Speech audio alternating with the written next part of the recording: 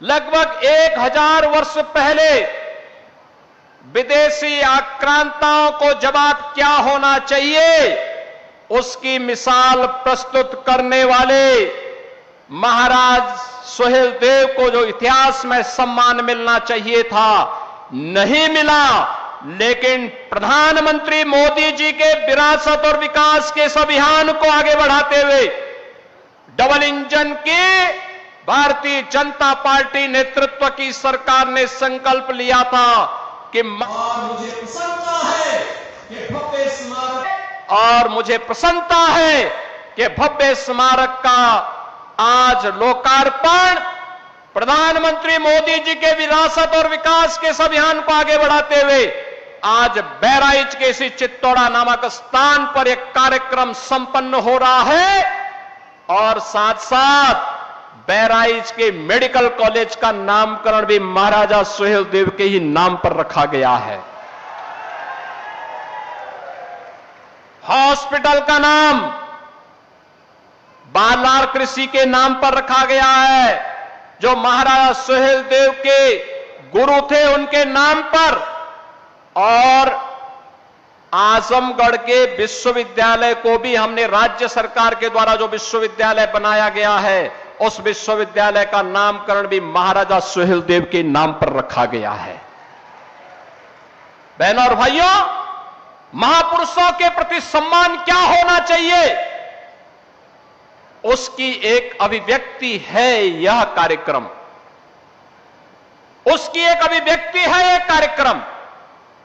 और मैंने इसीलिए बहराइच के एक कार्यक्रम में आकर के तब कहा था, मैंने कहा था बहराइच की एक धरती पर आकर के मैंने कहा था कि विदेशी आक्रांताओं का महिमामंडन बंद होना चाहिए, राष्ट्र नायकों का सम्मान होना चाहिए, हर हाल में सम्मान होना चाहिए। और 1000 साल पहले इस प्रकार के शौर्य और पराक्रम की गाथा एक इतिहास थी, वह सच करके दिखाया था। महाराज सुहेलदेव ने इसी भूमि पर दिखाया था। आज ही की तिथि है 10 जून 1934।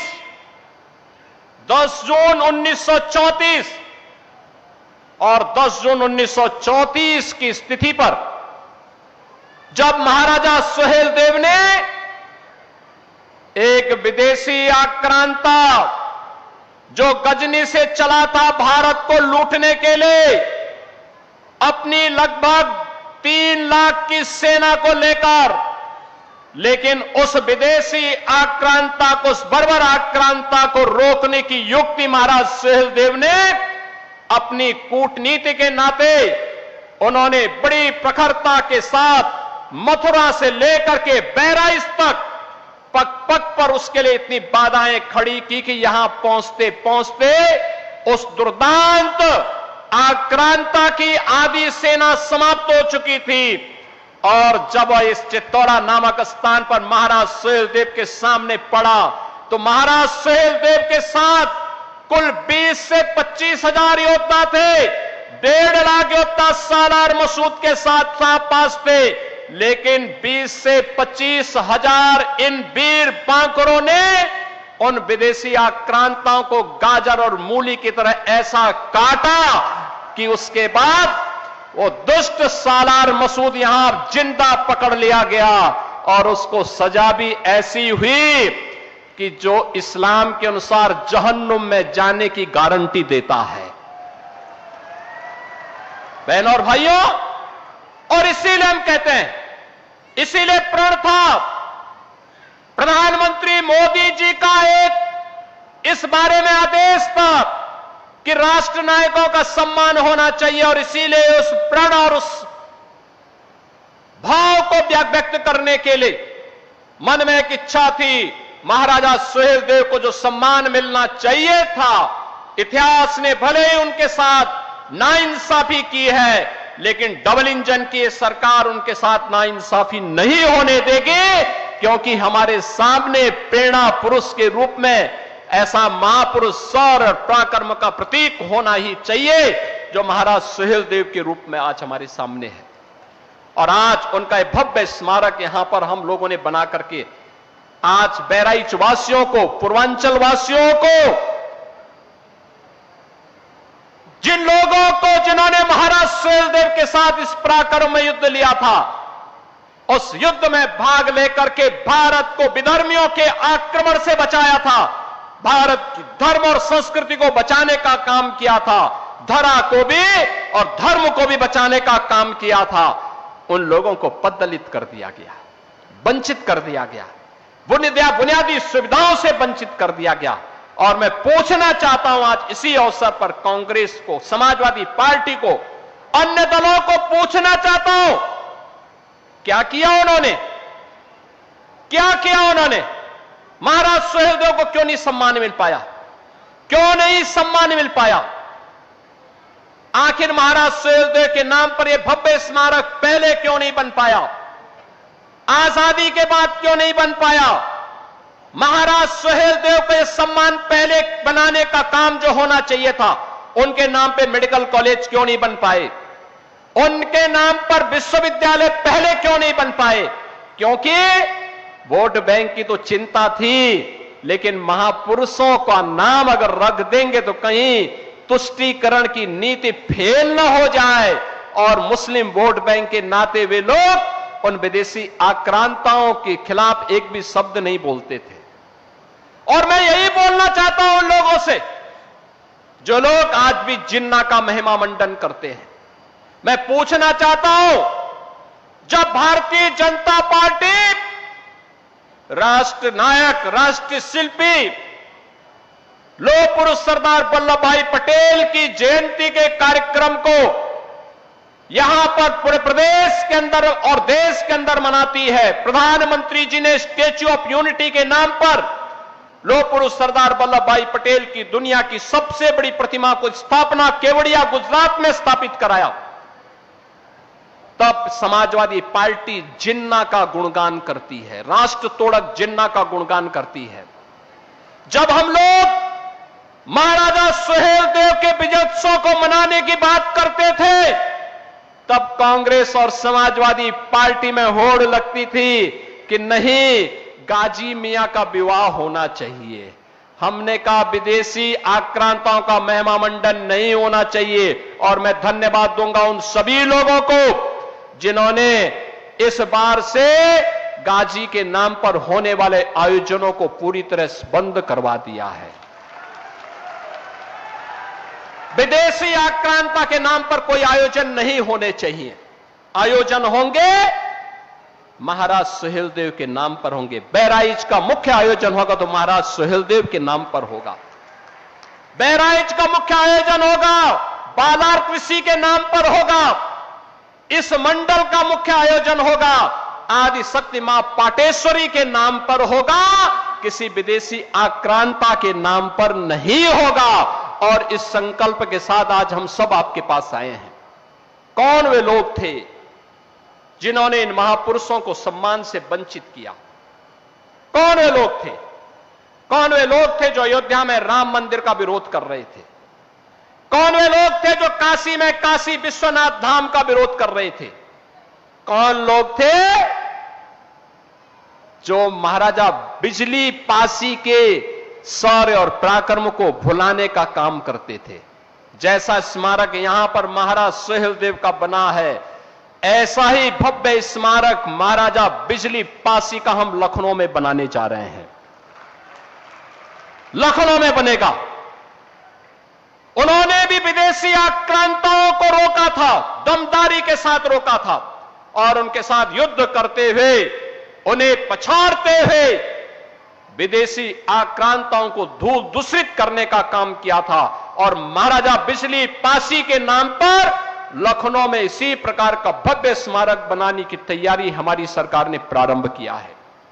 बहनों और भाइयों, 1857 की क्रांति की 4 वीरांगनाओं ने, महारानी लक्ष्मीबाई ने झांसी का मोर्चा संभाला था, वीरांगना अवंतीबाई ने, वीरांगना झलकारी बाई ने और वीरांगना उदा देवी ने भी अंग्रेजों के दांत खट्टे करने के काम किए थे।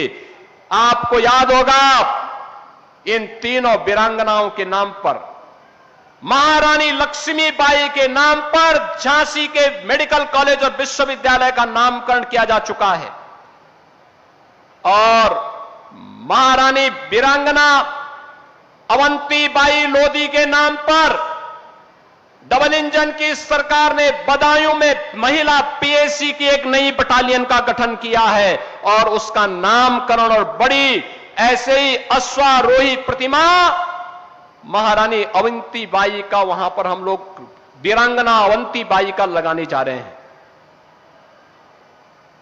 वीरांगना उदा देवी का एक भव्य प्रतिमा का निर्माण लखनऊ में महिला पीएसी की महिला बटालियन का हमने गठन करने की कार्रवाई चल रही है। लगभग 35-40% काम हो चुका है।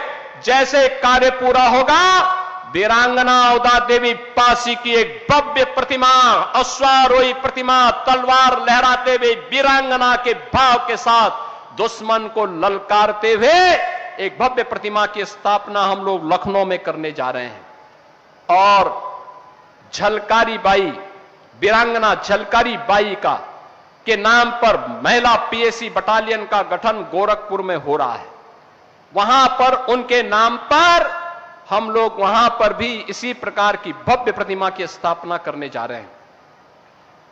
आपको याद होगा बाबा साहब डॉक्टर भीमराव अंबेडकर के पंचतीर्थ देश के अंदर प्रधानमंत्री मोदी जी ने बनाए, उनके निर्देशन में बने। पंचतीर्थ के साथ साथ बाबा साहब भीमराव अंबेडकर से जुड़े हुए स्थलों को सम्मान मिले। इसके लिए लखनऊ में एक भव्य स्मारक और सांस्कृतिक केंद्र का निर्माण युद्ध स्तर पर चल रहा है।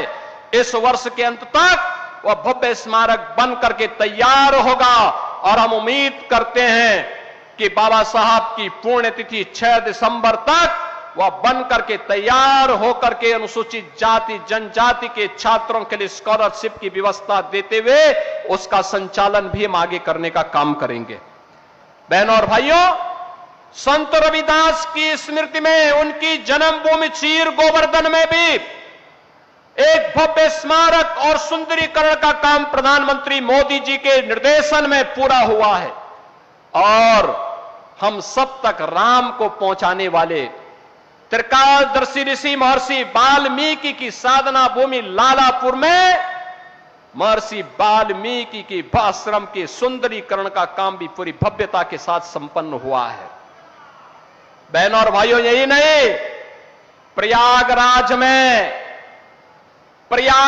में जहां पर भगवान राम, मां जानकी और लक्ष्मण जी को निषाद राज ने गंगा पार कराई थी, वहां पर आप भी एक बार जाइए और वहां पर देखे कितना भव्य स्मारक भगवान राम और निषाद राज के मिलन का बन चुका है। यह है भारत के विरासत के प्रति सम्मान का भाव।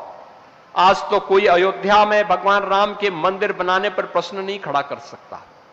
अब तो ये नारा जो कभी लगाया करते थे कि रामलला हम आएंगे, मंदिर वहीं बनाएंगे, अब तो भगवान राम के मंदिर में, भगवान राम का अयोध्या में मंदिर भी बन चुका है, भगवान राम का भव्य मंदिर भी बन गया है और राजा राम का भी भव्य दरबार अयोध्या में राम मंदिर में सज चुका है। अब अयोध्या दुनिया की सुंदरतम नगरी हो गई है, नैमिषारण्य सुंदरतम नगरी हो रही है। और आज के इस अवसर पर जब हम ये कार्यक्रम आगे कर रहे हैं, आज महाराजा बलभद्र सिंह जी की भी पावन जयंती है। इस अवसर पर मैं उनकी स्मृतियों को भी नमन करता हूं।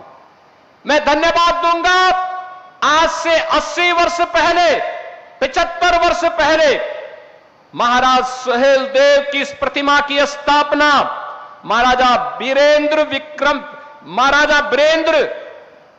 भद्र सिंह जी ने यहां पर कराया था। मैं उनकी स्मृतियों को नमन करता हूं। आज इसीलिए इस भव्य स्मारक में जिन्होंने सबसे पहले जमीन भी दान दी और दान देने के साथ साथ जिन्होंने आज से 75 वर्ष पहले महाराजा सुहेलदेव के भव्य एक प्रतिमा यहां पर स्थापित करके कार्यक्रम प्रारंभ किया था। ऐसा नहीं कि मुझे पहली बार आने का अवसर प्राप्त हुआ। जब प्रधानमंत्री मोदी जी ने 2021 में इस कार्यक्रम का शुभारंभ किया था, तब भी मैं आया था और 25 साल पहले भी मैं आया था यहां पर। तब बहनों और भाइयों, प्रशासन ने तमाम इसमें रुकावटें डाली थी। हम विजय उत्सव मनाने के लिए आए थे 10 जून को, तब भी कार्यक्रम मुझे 3 बार आने का अवसर प्राप्त हुआ था। और आज आत्मा आनंदित है कि हमें महाराजा सुहेलदेव के प्रति कृतज्ञता ज्ञापित करने का एक अवसर इस भव्य स्मारक के माध्यम से डबल इंजन की सरकार को प्राप्त हुआ है। मैं आज के इस अवसर पर महाराजा सुहेलदेव की स्मृतियों को नमन करता हूं और उनके प्रति कृतज्ञता पूर्वक विनम्र श्रद्धांजलि भी अर्पित करता हूं। बहनों और भाइयों, आज जब ये भव्य कार्य हो रहा है, ये शुभ कार्य हो रहा है, तो याद करना इस कार्यक्रम के साथ 1250 करोड़ रुपए की सौगात भी बहराइच वासियों को प्राप्त हो रहा है। कनेक्टिविटी, शिक्षा, स्वास्थ्य, पर्यटन विकास,